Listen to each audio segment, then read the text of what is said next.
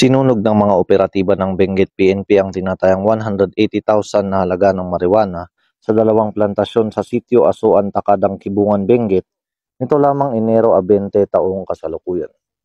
Matagumpay ang naging operasyon sa pangunguna ng mga operatiba ng 2nd Benguet Provincial Mobile Force Company, katuwang ang Kibungan Municipal Police Station at mga operatiba ng Benguet Police Provincial Office at PDEA CAR.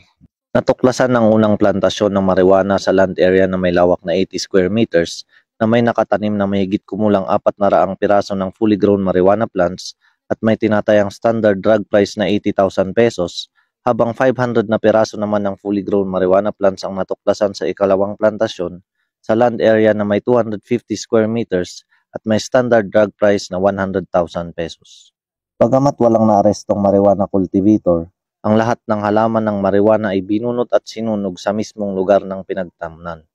Patuloy naman ang panawagan ng Benguet PNP sa publiko na itigil ang pagtatanim, pagdadala at paggamit ng mga iligal na droga, lalo na ang marijuana dahil mahigpit na ipinagbabawal ito sa ilalim ng batas na Republic Act 9165. Mula dito sa Camp Dangwa, La Trinidad, Benguet, ako po ang inyong PNN Correspondent Patrolman Rafin Judswaya, alagad ng batas, taga-taguyod ng Balitang Pulis.